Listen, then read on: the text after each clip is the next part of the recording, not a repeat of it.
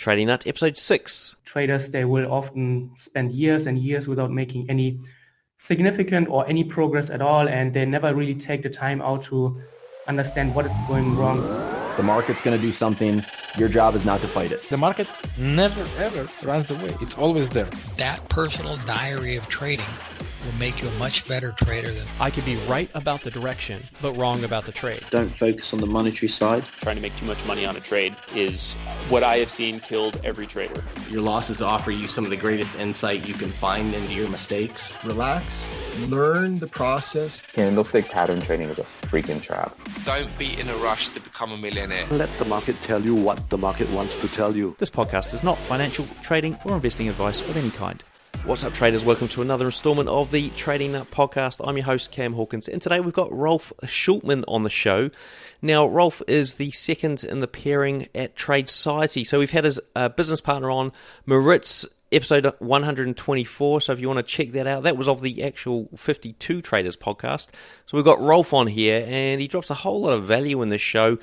So much so, in fact, that we've got about 20 quotes that have been pulled out of the interview. They're up there on tradingnut.com. Search for Rolf and you'll see those quotes, and they're all timestamped. So if you want to go back into the interview and actually grab that quote and get a bit more context around what Rolf's talking about, then all you need to do is jump on the site, get the quote, have a look at the timestamp, jump back into the interview, and fast forward to that point in time, and you can listen to what he's talking about specifically.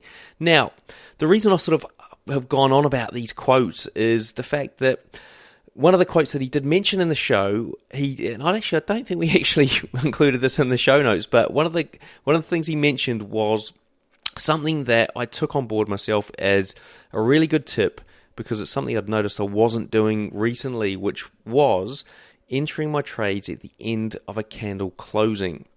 Now, Rolf goes into a little bit more detail on it in the show, but this was something that I just wasn't ready to accept into my trading, accept into my mind, and then take it on board and filter it out and actually see if it fits with my plan. And in actual fact, it did fit with my plan quite nicely. So I included it in the past couple of weeks. And what I've found is my trading has just gone completely exponential since I started doing it. So I've been getting so much better entries, and I feel so much more confident about the entries. I'm able to hold my stops without, having any of the psychological things sneak in. So, guys, I suppose the point of the matter here, I'm not saying only enter trades at candle close. What I'm saying is listen to these interviews and take out what resonates with you as some good advice. Try it out, test it out, see if it works. See if it's something you can add to your trading plan. If it is, great. If it isn't, then move on to the next thing. But sometimes you need to be ready to accept some of this information into your life, into your trading. And so you might not get it now, but maybe in the future, if you come back and listen to some of these interviews in the future, that's when you'll pick them up. Okay, so that's my little bit of advice today. What I found, something that helped me may help you in the future as well. Now, before we get into the show, so we've closed off the gold membership to new people coming on board this week, but because the new thing that's going to replace it is a little further away than I thought, and the gold membership is the best ever deal, I'm going to open the doors to 10 more people. Okay, so if you missed out and you're just hearing this now, you haven't been listening to the podcast, you missed the big transition from 52 traders to Trading Nut, then there's 10 more spots. All you need to do is jump onto tradingnut.com. You'll find the links to join up to the gold membership. It's $1 to get in the door. 10 more spots, 10 more guys can come on board. You get access to monthly trading robots. You get access to the back catalogue of the 52 Traders podcast and a whole lot more. Check it out, guys, if you have missed out. If you're in there already, I hope you're enjoying it so far. You don't just get the trading robot, but you get settings for the robots. You get to look at back tests. You get to look at live tests going on. You get to look at demo account tests going on. You actually learn the strategy and how that works and sits behind the actual trading robot as well. So it's a whole lot of stuff in there, guys. Now, so if you want one of those 10 spots, you know where to go, tradingnut.com. But before you go there, take a listen to the show and interview with Rolf. All right, folks, so we've got Rolf on the show from Trade Society. How's it going there, Rolf, over in Germany, is it, today? Yeah, it's beautiful, sunny day here in Germany, still in the morning. Thank you for having me. Really excited to do this, yeah. Well, look, it's a pleasure getting on the show. I know I've had your business partner on before, Maritz. Fantastic interview. Now, you guys have partnered up over there at Trade Society. And actually, now I think back, it was a guy that I was interviewing as part of this thing I called Trading Mentors Match Off, who got me onto you guys, Trade Society. So that's where I reached out to Maritz. And I think we had a few email exchanges way back there in the day. And I'm glad to finally get you on the show after hearing on Twitter that you've got your own podcast starting up. Well, actually, in fact, I think you said you started it a couple of days ago. And do you want to tell us a little bit about that? Yeah, so I really liked putting out content and articles and videos, and I did like a few hundred articles and videos on my blog. And yeah, there are certain things that really don't justify writing a long article. So I decided to start a podcast, and these days it's quite convenient to do that. And I just talk about, the first 2 episodes I just talk about my background story, how I got into trading, how I met Moritz, and now I'm discussing general topics from my daily trading life or other things that, just come to mind. Cool. Brilliant. And what's the podcast called? It's called Traders Improved, and it's on all the major platforms, I think. Okay, cool. All right, guys, we'll go and check that out after you listen to him here. Right, so let's start off by getting some of that story that you've probably just mentioned in your first couple of episodes of your podcast, but I want to dive deep on how you got started and where you are today. How'd you get to where you are today? Yeah, sure. It started very early for me. I'm from Frankfurt originally, which is, and I'm now in Frankfurt again, which is the banking capital in Germany. And by the time around the year 2000, everybody was into stocks in Germany as well. And I was around 14 by that time. And I had a lot of contact points with the stock market. My family was heavily into stocks, like so many families probably. And I remember that I was fascinated by the idea that you can make money sitting at home, owning a piece of McDonald's or Nike or any of the big companies I know from my daily life. So that was really fascinating to me, especially since I was by that time I was delivering newspapers by foot, and in the autumn it was a very miserable job. And so I really liked the idea of doing nothing, sitting at home. And I had even my first little stock portfolio where I chose a few, without any real knowledge, a few big names that I knew. And then I was always after school coming home. And back then there was no real internet. So you could follow the stock ticker prices on TV. So every day after home, I was running home, turn on the TV and turn to the teletext. And then you can get I remember I was watching the Dow Jones and the DAX numbers go up and down for hours and hours. And that was how I got the first introduction to stocks and to investing. I did not pursue it too much back then, but then when it came to university, I chose, I studied finance, international finance, statistic and corporate finance, and everything was heavily based on the stock market. My bachelor and my master's was both about stock and futures topics. And I started getting into Forex specifically after I quit, or after I finished high school, before I went into university. And ever since then, I've been trading Forex while being in university. And then after I graduated, I got a corporate job. But that was not really what I wanted to do. I always had since I was very young, I always had the idea that I wanted to work for myself. I had internet websites since I was, I think it was 16. I was making good money as well, even as a 16-year-old. And that was also one of the biggest insights and biggest aha moments where I said, wow, I can do, and even I'm only 16, I can make money myself without having to listen to a boss or going to an office. That was really fascinating. So I was always fascinated by the idea of making money myself. And I did not really enjoy the corporate world.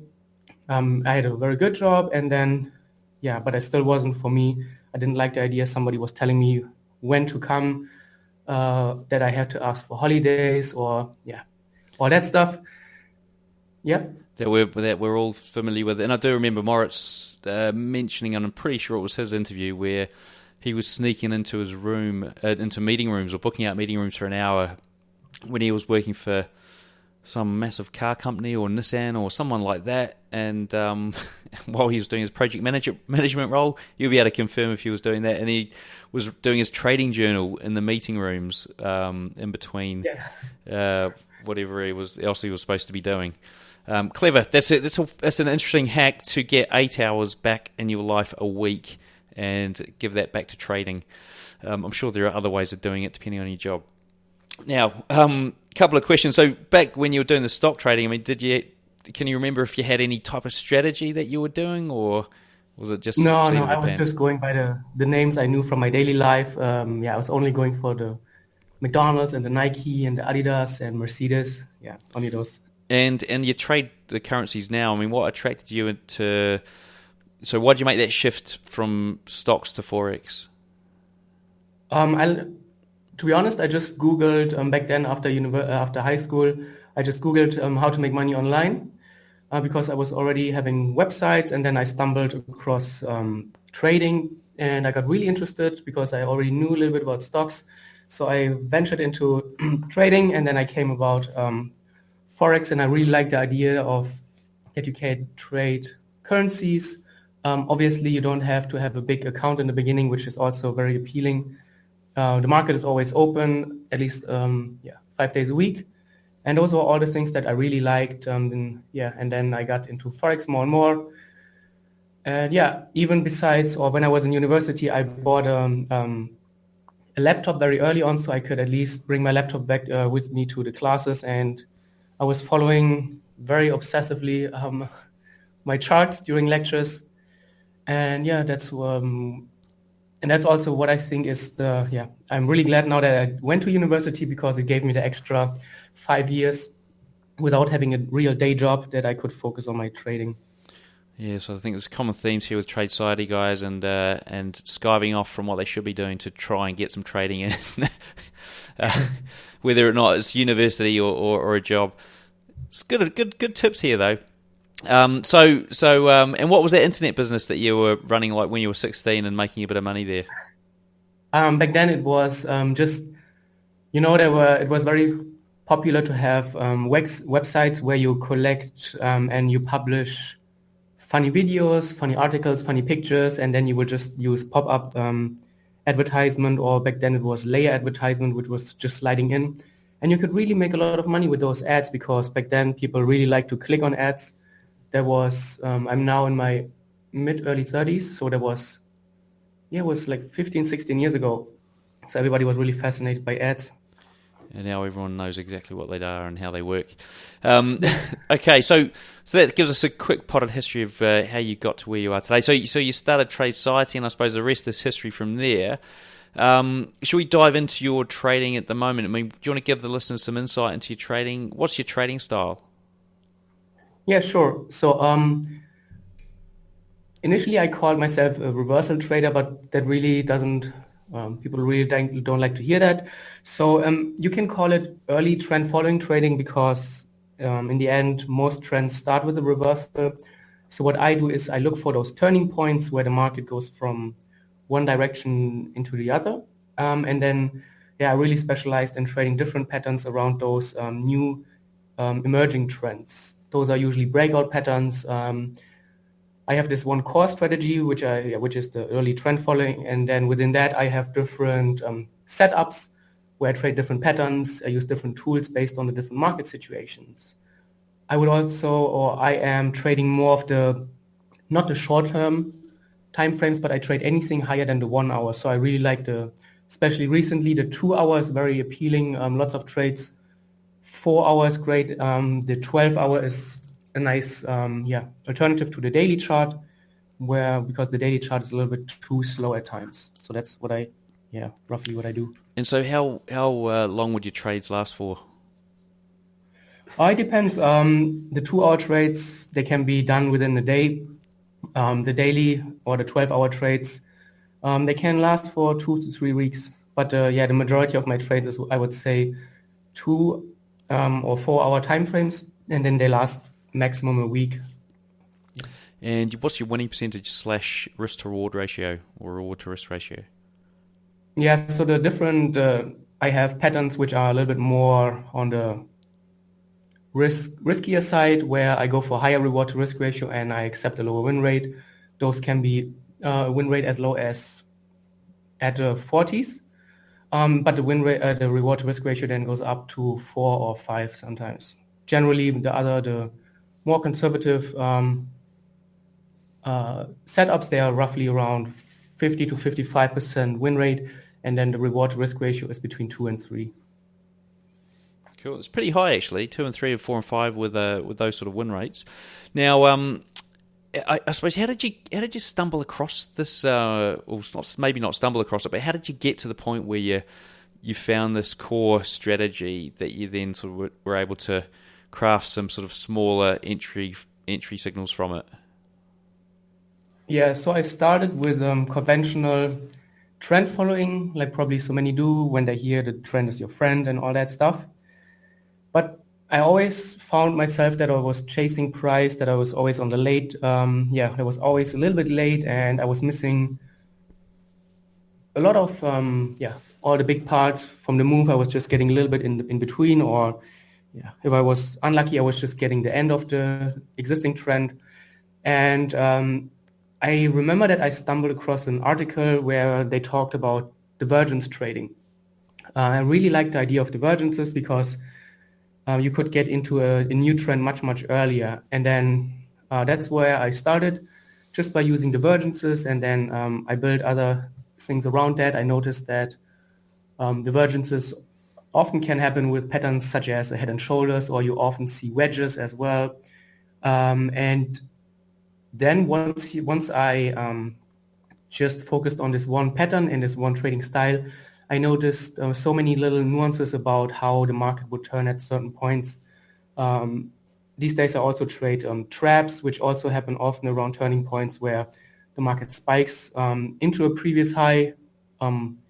People will call this, my broker is hunting my stop, but now I can see that it is just that the people at the top are very impatient and they get into early, and then the prices are driven through the stops, and then the market reverses afterwards.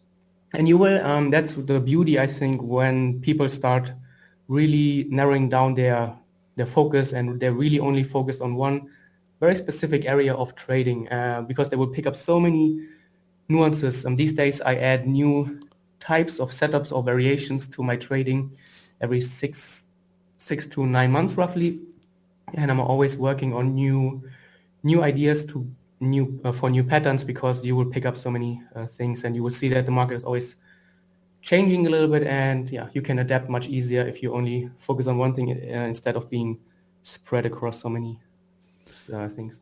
And so the ones that you sort of came up with initially, the entry setups and strategies, do they still exist? I mean, do you churn them out when they start to get less effective, or are they just sort of fundamentals behind price action that they're always going to be there?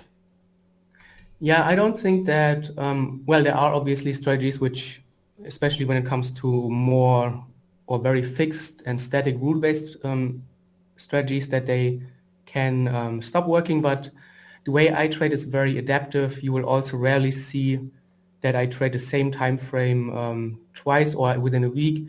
And every week, and because I follow all Forex pairs, or around 50 Forex pairs, but I only get between 3 and 7 trades a week, because I always filter out the ones that don't match my criteria. I look for very specific things when it comes to trend structure, momentum, how much volatility do I want to have, or how much volatility do I accept? What technicals do I want to see? How is the market responding to previous highs and lows? How are structures respected or not? And then I will sort out the Forex pairs that don't match the criteria. And my strategy also, it's not, there are rules, very specific rules, but the rules are very flexible. So they always adapt with the markets. When the market moves faster, I will go for wider targets, but the stop loss will also be adjusted. And so, that's why I think the real power comes in once you understand how to adapt to the changing markets. And so 50 pairs is a lot. I mean, that's almost like on some brokers it's probably the whole set of pairs. I mean, do you have any issues with or do you consider spread as something you might like get you avoiding a pair? I'm thinking was it the US dollar Poland? I mean, that spread's just stupid. Yeah, especially so those pairs, the very exotic ones, you don't want to trade them anything below the 8-hour time frame. Probably that really doesn't make any sense. So when the spread goes up or on the exotic pairs, I will only trade them on the higher time frames. And then even then you have to see if that makes sense. You have to see how big of a move do I expect, and does it then justify the trade entry. Also, you will often see that, okay, there's a setup on the US dollar Russian ruble, for example, which I traded. There are usually always setups on other US dollar related pairs. So you're able to split the risk. You don't have to go your full position on the US dollar ruble, but you can always manage your risk a little bit with correlations in Forex. Yeah, for sure. Now, so 50 pairs is still a lot to go through. I mean, what's your typical trading day look like? My trading week starts Saturday. So every Saturday morning, it's my ritual that I wake up before everybody else. I get a good cup of coffee and then I sit down. I have all my pairs written on a PDF, which I print out, and in the columns I have the different time frames, and then I will go through each pair one by one, time frame by time frame. And the first step is that I will just mark which pair seems interesting and which pair gets sorted out immediately based on technicals or general market structures. And then on the next step, I will go through the ones that are interesting, and then I will map out trading plans, put my price alerts, adjust my technicals. And then the next step is that I just wait for my price alerts to get triggered. If I have a lot of 2-hour setups, then I might redo the watch list on Tuesdays and Thursdays. But if the setups are more on the 4-hour, 8-hour, or 12-hour, then I might just redo one watch list on Wednesdays in the middle of the week, because there are only so many candles in a 12-hour chart. So yeah, it's a lot of work on Saturdays. But then during the week, it's more waiting and just waiting for the price alerts to go off. So you'll set like sort of some sort of signal indicator to go off when price hits a specific level. Is that how it works? Yeah, I use TradingView for my charting. And yeah, in the Pro plan, they have unlimited price alerts. And you just, when I'm looking at a market reversal or potential market reversal, I would put a price alert at a level where I need to see a break through the level to get interested in taking a trade. And then if the price alert goes off, I will go back to the chart, analyze if it looks good, how's the momentum, how's the breakout, what is the overall structure, what are the other related or correlated Forex pairs doing, and then I will make a decision if I want to get into the trade. And so how long would you typically, after getting an alert, sit there and wait for that? Would you actually sit there and wait, or would you literally just go through the process you've just described and then make a decision, do I enter or not? And if not, then would you go, I'm going to come back in an hour, see where price has gone, or how does that work? Yeah, so one of my most important rules is that I only take trades on the candle close. So I might go to the chart and when the price alert goes off, then see what is happening here, how does it look like, and then I will come back to the chart on the close of the candle to make my actual trading decision or not. The candle close rule has helped me a lot to, back then when I was starting trading, I established it because I could just reduce my screen time when I was working in a job. But nowadays I see that it adds a lot of consistency. You avoid the mid-candle decisions, especially on breakout trading and those reversals. Mid-candle, or the candle can look very, very strong. The breakout can look very, very strong while the candle is forming, but then often you have those traps and spikes. And those are very, those are very dangerous as reversal traders. So adding the candle close rule is helping to stay away a little bit from that and also make more consistent decisions. And sorry to get into the real detail here, but I mean, how do you know? So once you get that alert, say it's on a 4-hour candle, and you've got another, 3 hours and 45 minutes to go, or maybe 3 hours 45 minutes to go. What do you do? Do you set an alarm on your phone, or do you set another trigger, another alert on TradingView? Yeah, I will just set another trigger. And then come back to the chart. I might do something else, completely else, or most of the time I'm sitting in front of my screens anyway, not looking at charts, but doing something else. Okay, cool. So out of scale of 1 to 10, I mean, how stressful is your approach to trading? I think it's very stress-free. If you're willing to do the work on the weekends, that's where really where you can shine, or where the difference comes between the trader who has then a stress-free week, or who is then during the week always chasing and hopping from time frame to time frame. But if you have done your work on the weekend, and I guess it's different for day traders, obviously you cannot plan so much ahead, but for swing traders or any midterm swing traders, if you do your work on the weekend, if you know how to organize yourself, use price alerts. They are really a big game changer to organize yourself and to reduce screen time. Then it can become quite stress-free. Yeah. And can you remember a time when you're at more like an 8 or a 9 out of 10 from trading stress? Oh, yeah, definitely. It was, the biggest change for me was after university, I was working for 2 years in the corporate job. And then I was trading on the sides. And then one day I said, okay, I have enough. So I sold all my possessions. I quit my job, and then I bought a one-way ticket to Asia to say, okay, now is the time. I want to pursue this trading dream that I have. And I put it all out there. I told everyone in my family, if you want to shock your mom, that's what you do after 5 years studying university, getting a good job. And then in Asia, then I was just by myself, on my own, without any additional income, and then I had to make it work. And those were the times where it was really a lot of sleepless nights. Yeah. And so how hard was it when you put that pressure on yourself to craft out a living? I mean, did you have months where you just, you were actually seriously down? Yeah, in the beginning it was a very, very big change. One thing that I did that helped me was that I picked Asia. Very specifically because you can reduce the living costs there significantly. You can also free up a lot of time. The service is very cheap there, so you don't have to spend time on doing things like cleaning your apartment, laundry, grocery shopping, cooking food. That's all taken care of. And those are hours every day that you can put back into yourself, your trading. And that really helped me a lot. And there were of course times when I was down and when I was doubting myself, but I always had those people in mind.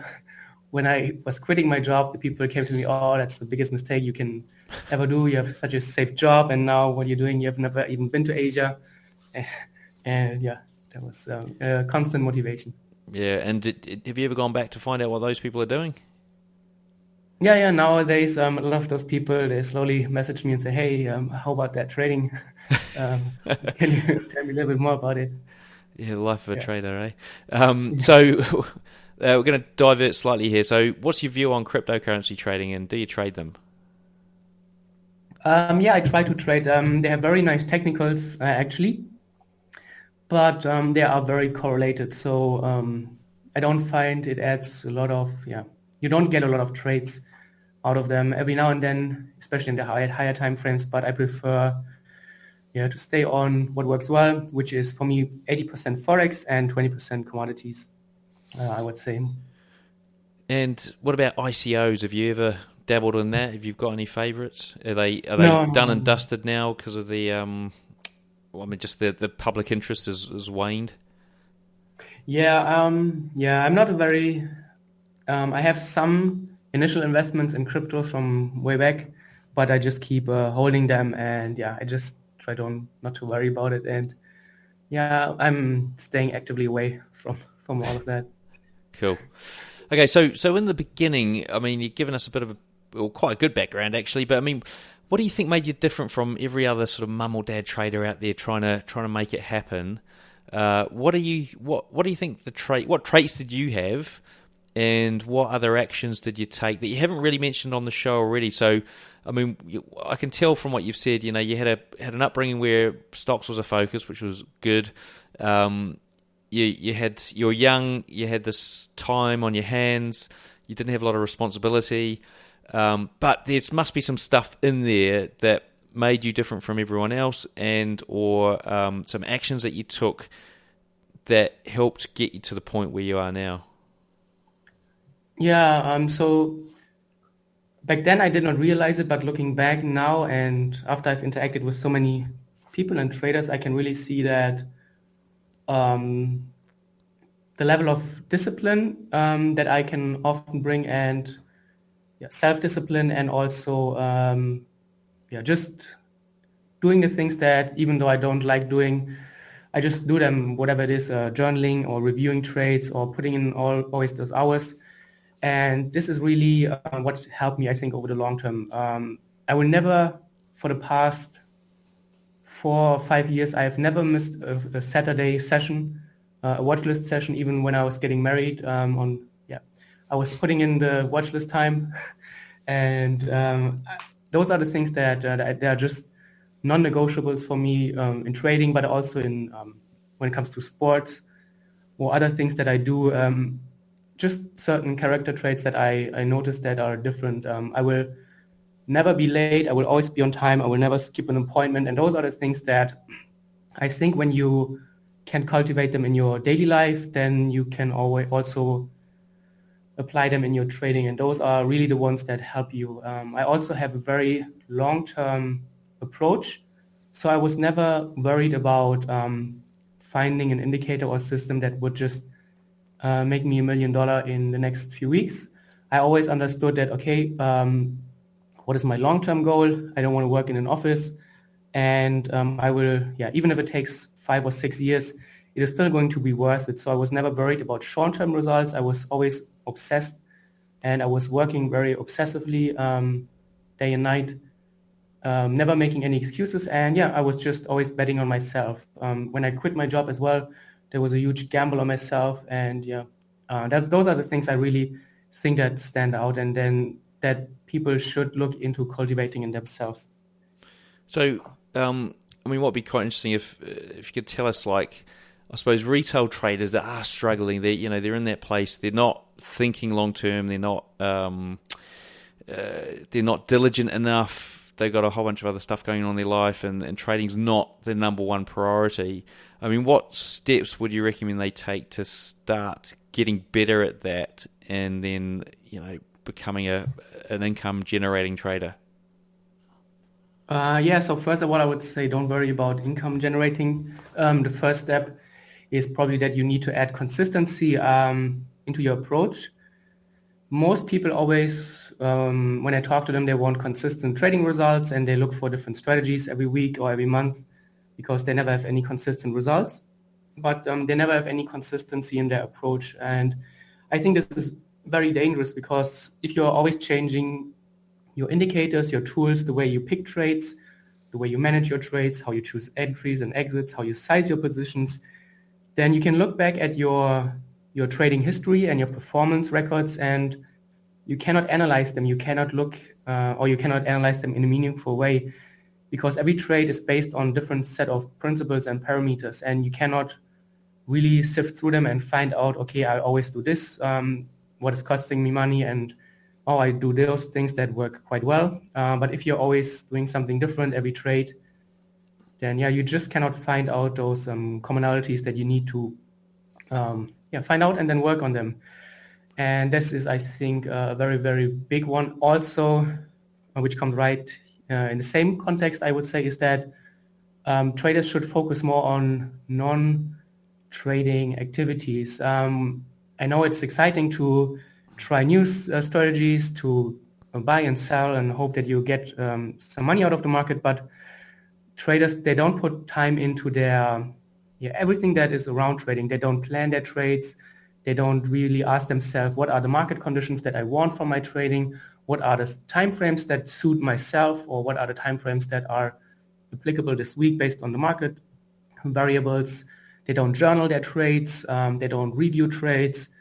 And those are the things that can make a huge difference once you understand that, or once you understand what type of trader you are, because I see it, time and again, that traders, they will often spend years and years without making any significant or any progress at all, and they never really take the time out to understand what is going wrong. They always just move from indicator to indicator, and that is really, you need to ask yourself, what is my objective here?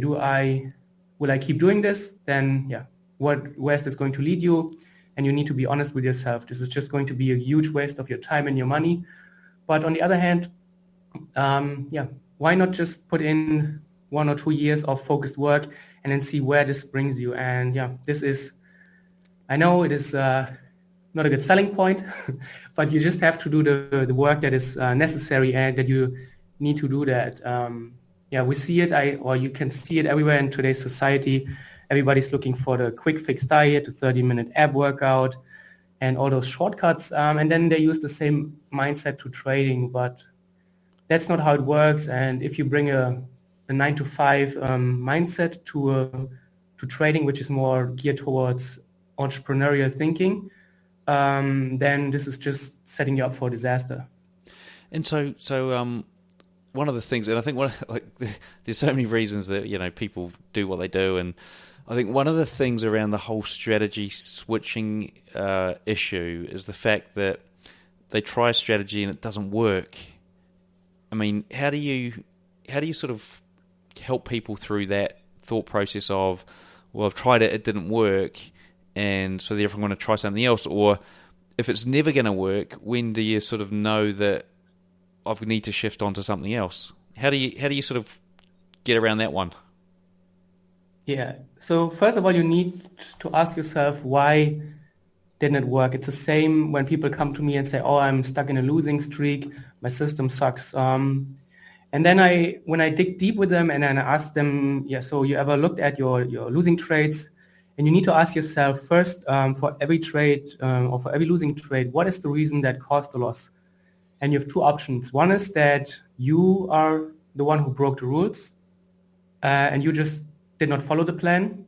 Then this is not a losing streak. That's just what you deserve. On the other hand, if you find out that, okay, the losses were, I executed the trades correctly, everything was according to the plan, and then you need to dig deeper. Why did the losses happen? Did something change in the markets? How could I avoid the losses? And then you need to find overlap between your losing trades. You cannot just look at the losing trade and say, oh, I should have used the 20 MA instead of a 10 MA, and then you do that in the next trade. You need to really find the common themes in what is causing the losses. And then over time, you will be able to make slight adjustments. You will see, okay, when the market is doing this, I should adapt with my strategy this way, or instead of using a stochastic indicator or a fast stochastic, I use a low, or I look for a different time frame. Maybe when the market is congesting, I'll go for a lower time frame where the price action is a little bit more trendy.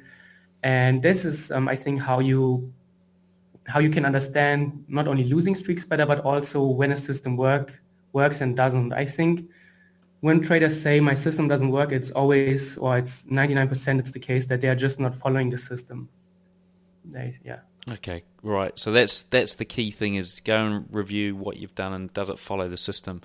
So from a fundamental point of view, I mean, how do you integrate news events into what you currently do with your trading? Yeah, so I am a purely technical-based trader, but obviously you can avoid the news. I don't trade based on news, but I have certain principles how I navigate around news, I would say. On the higher time frames, especially when it's the daily, the 12-hour or the 8-hour, then the news events don't have such a big impact, except for things like the NFP, but also not in recent months, interest rate announcement from time to time, or just like the black swans where suddenly some Brexit talk comes out. But those are the things, if it's planned, if it's on the schedule, then on the lower time frames, I will either skip the trade, I will go out of my position if I'm in a trade, or I will adjust my stop loss. On the higher time frames, I usually don't care too much about news events. One thing also is that you always have to ask yourself, how much do I have to gain or how much do I have to lose? If your trade is almost at the take profit area, but there's just a little bit more to gain extra, do you really risk holding it into the news event, or you just take what is offered? Or if the price is still very close to your entry, you're on the lower time frames, do you risk holding it into the news event, or you will just close it out and wait for the next opportunity? And I think I like to work with decision trees, one thing that I got from university, where I map out all potential scenarios, and then I have a set of rules for that. So for example, I'm on the lower time frames, there's a high impact news, the price is very close to my exit. What do I do then? Take the profit. And that's how I organize all my decision making when it comes to things like news trading or risk management, taking correlated trades. And those are the things that you can really almost automate. Cool. So you did mention some indicators before. I mean, what if you had to recommend a novice or intermediate trader educate themselves on 3 things on a price chart? I mean, what would you say go ahead and learn over the next month? I would really...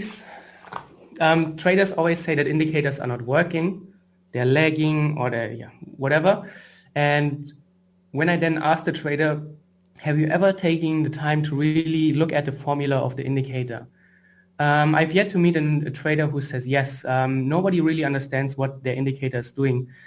And I think this is, they're missing such a big opportunity. When I was starting out, I was dissecting all indicators. I was looking at their formulas, and you can learn so much about not only indicators, but also about how to analyze different price points. So for example, I started with the divergence, with the RSI, and I was asking myself, what is actually the RSI showing? What is the divergence showing? What are the data points that the indicators analyzed?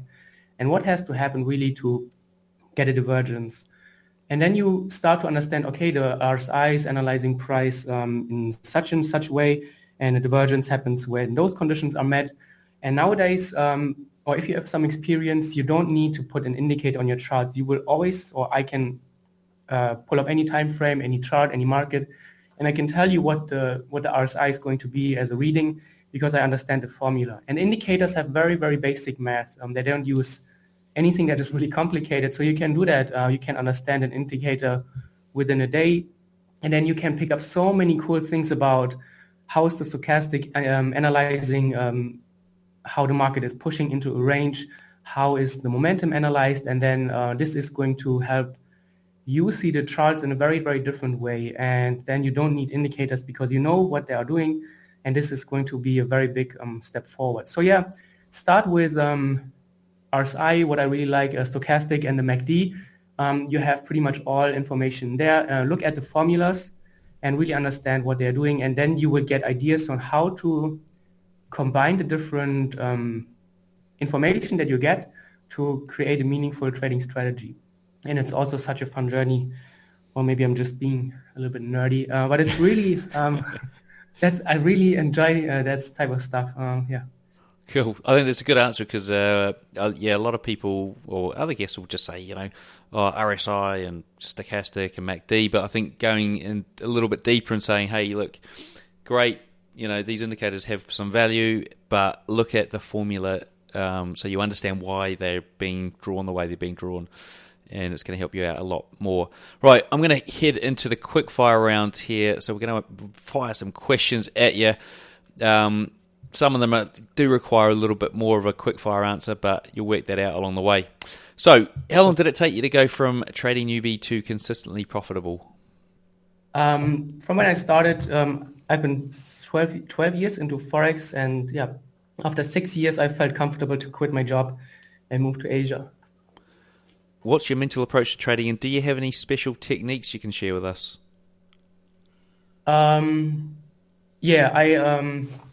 I use off-screen time a lot, and I also means that I'm not glued to my screen all day long, and also the way I start my trading day is very important. I found out for myself, and every trader is different, but you have to find out what works for you.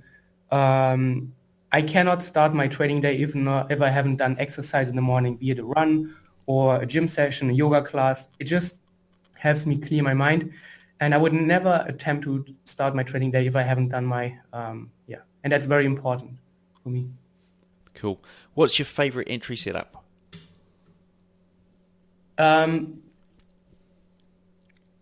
There are so many nice ones. I like, and I always get weird emails for that.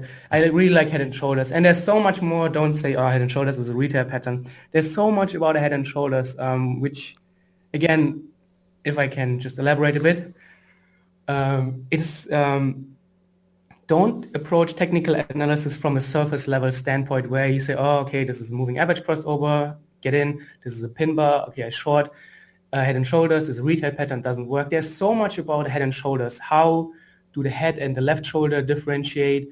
What does the distance between the head and the left shoulder and the head say? What is different when the right shoulder is very deep? What is different when the right shoulder is very close to the top? And those are all the things that you need to ask yourself about different qualities of types of patterns, and then you move away from the surface level technical analysis approach. Yeah, I was going to actually ask that sort of question and a different question earlier on around how sort of deep do people need to go when they're actually analysing stuff, and I think you answered it there. You can't do surface level. You cannot do it. No. It's really, you have to go probably how many levels deep at just pulling a number out of the hat? Yeah, at least you need to ask yourself, okay, the market is moving because buyers and sellers interact, and trend waves, be it corrective waves or impulsive waves, and consolidations, how deep is the price moving, also how do wicks form, who is in control right now? Is it buyers, is it sellers, are the powers shifting in a way, do the trend waves shift in length and size and explosiveness, and those are the things that you really, and then you don't need patterns, you don't need head and shoulders and wedges and all that stuff. It's nice that we can label them so we can talk about them easily, but you don't need all those labels. You just can look at a chart and say, okay, the way the highs are forming in such a way, the corrective and impulsive waves have a specific ratio. And that's also just what indicators do. They just analyze those things and put them in a visual way. And yeah, that's, I can talk about this for hours, but... We'll go to your podcast for that one, eh? What strategies do you use to exit or manage active trades? I have a fixed target, always based on previous support and resistance and based on previous reaction points. But I will exit a trade ahead if I see signs that the trade is not valid anymore. I will I will sometimes extend my take profit if I see that the market is really breaking down in a fast way and we have high momentum. What's your recommended trading book?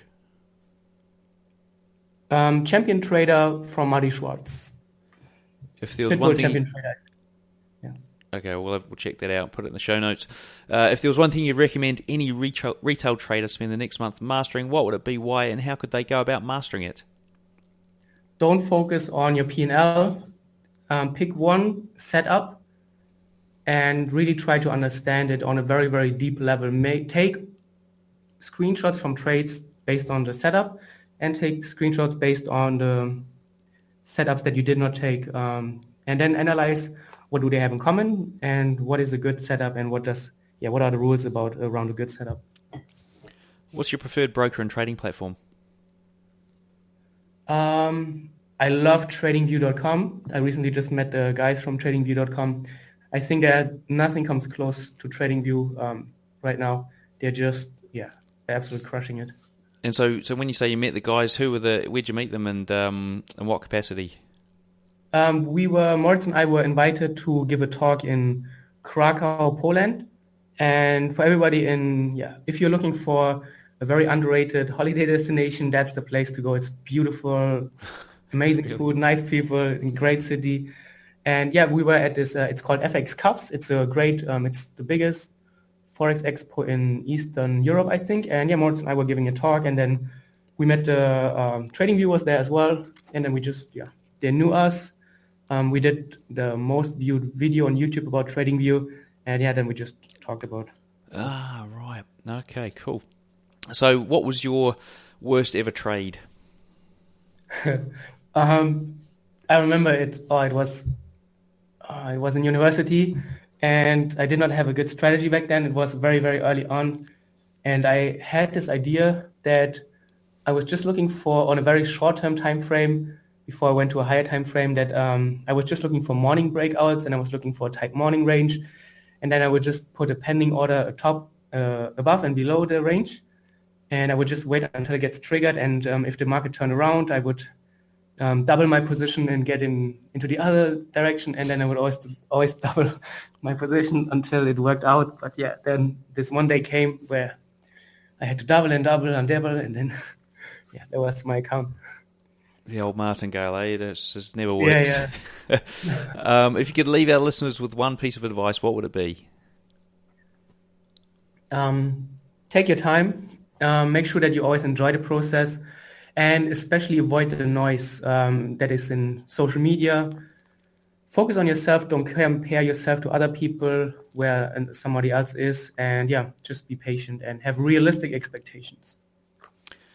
Now, the last question of the show here, Rolf, is we'd like you to give us the bones of a full trading strategy, entry setup, stop loss, take profit targets, market timeframes, basically something our listeners can have a play with at home this week. Yeah, so as I said, I really would encourage you Head and Shoulders or a cup and handle. Both are very, very amazing. They're based on the same principles. People would say, oh, that's a basic retail pattern. But just look at the books from Shabaka back then. He already recognized that the Head and Shoulders is one of the most profitable patterns you can have.